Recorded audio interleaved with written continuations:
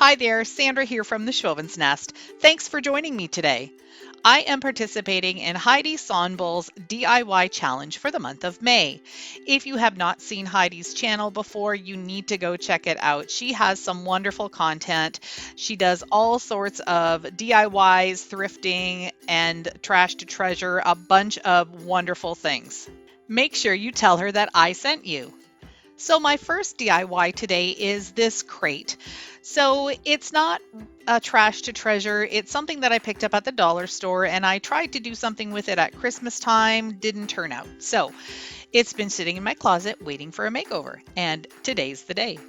I'm using the paint that I had created into a chalk paint with just some latex paint. This color is called Mushroom. It's a really sort of beigey gray, and I really love the color. It's actually the color of my great room, so my kitchen, my dining room, and my living room, and I really love the color. It's similar to the mineral chalk paint in the Waverly brand.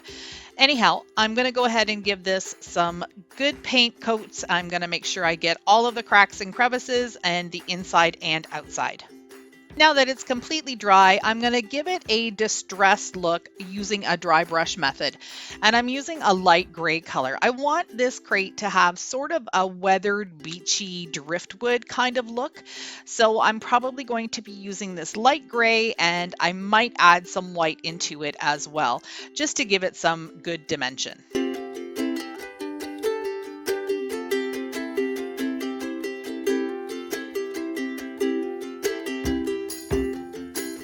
There was a bit of a glare on it, but now you can kind of see that the gray is actually there.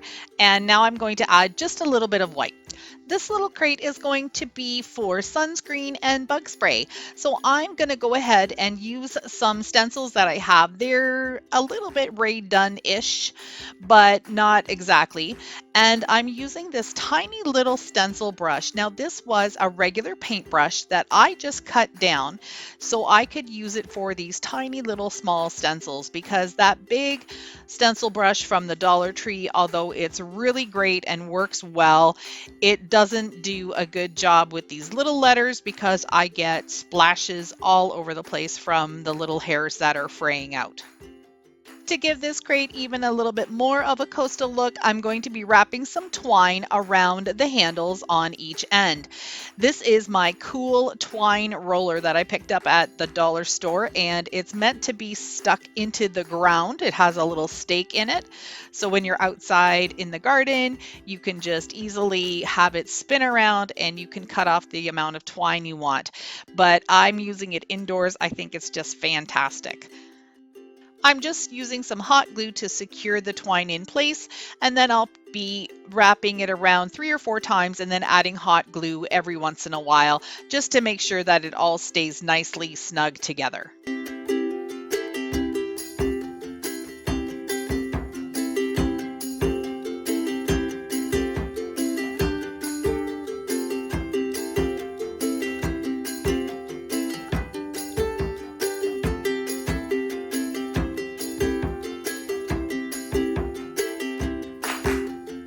Project number 2 is using these spheres that I've had for a while now in my home. They have great texture to them.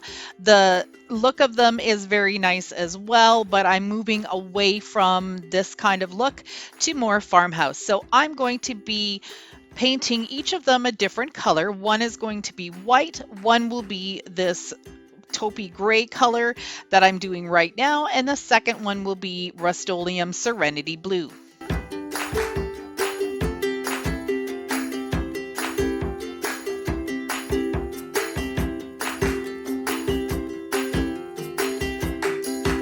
They all needed 2 coats of the chalk paint, and now I'm going to give them some dry brushing in a complementary color to bring out the texture and the lines, and it's turning out really pretty. So the white one is getting the Serenity Blue dry brushing, the blue one will get the white dry brushing, and the gray taupey one is also going to get white dry brushing.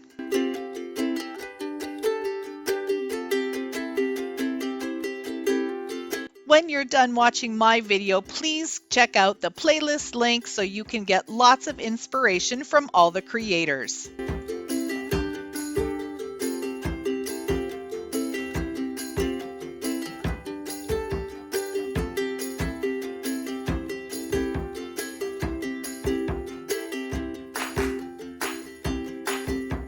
This last project I think is my favorite of the three. I've had this tall glass jar from a thrift store, but it's been in my house, I want to say 3 or 4 years, just standing in a corner waiting for something to happen. So I decided to do something with it today. Since this guy's been waiting a really long time for a makeover, I thought I would do something special. I'm going to create a lake look or a beach look for this. So I'm starting with this taupe gray color at the bottom, and that's going to represent the sand. The second layer will represent the water, so either at the lake or the ocean, and I'm using this pretty blue color that I have from Deco Art. It is called The second layer is going to represent the water. I'm using this chalk paint from Deco Art in the color Treasure. It is more of a turquoise blue. It's hard to tell with this view, but it's a little bit more greeny blue. Hopefully you'll be able to see that at the end. The last section is going to represent the sky, and I'm using the chalk paint from Rust-Oleum called Serenity Blue.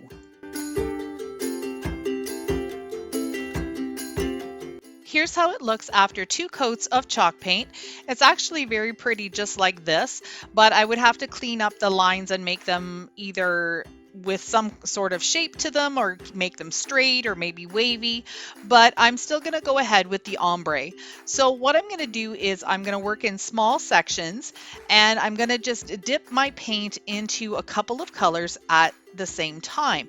So first I started off with the taupey color, and then I went and grabbed some of the blue. Then you just have to keep working back and forth until you get the desired look. You want to make sure that you have almost an equal amount of each color.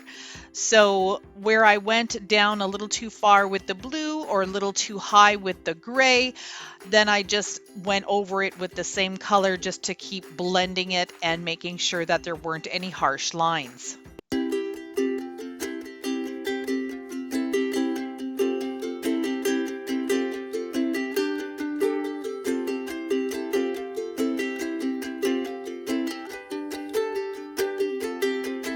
Once I finished the bottom, it was time to start on the top 2 colors. And again, I'm starting with the lighter color. This time I'm actually taking 2 brushes because I don't want the lighter color to get too much of the dark blue in it. And so I'm just going to go back and forth again, blending them in until I get the desired look.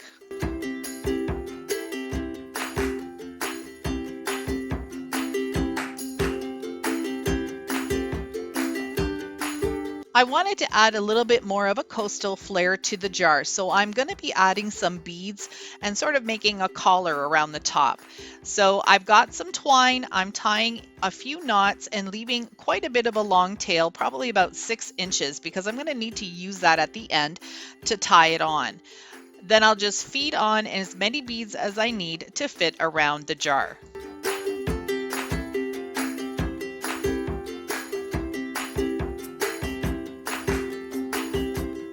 This is going to work out perfectly because the way the jar gets narrower at the top, there's just a little bit of a ledge where the beads are just going to sit really nicely.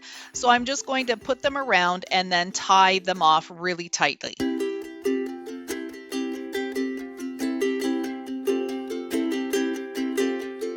No beads would be complete without some tassels. I've decided to make a couple of small ones, so I'm just winding the twine over around 3 of my fingers.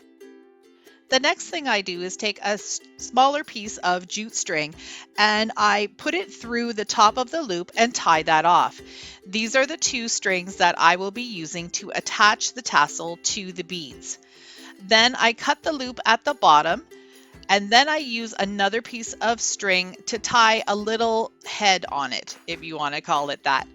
And what I've done here is I've left one of the strings a little bit longer, and I wanted to add a couple of small beads to that tassel. So I'm just going to feed those through and then tie them off at the bottom.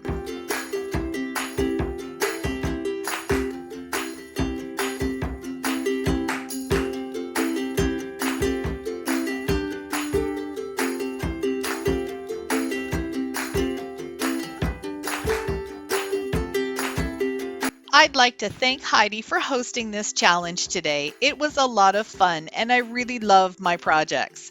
If you enjoyed this video, I'd love for you to like, comment, and share. Hit that red subscribe button and don't forget to click that bell to get notified when I upload new videos. See you in the next one.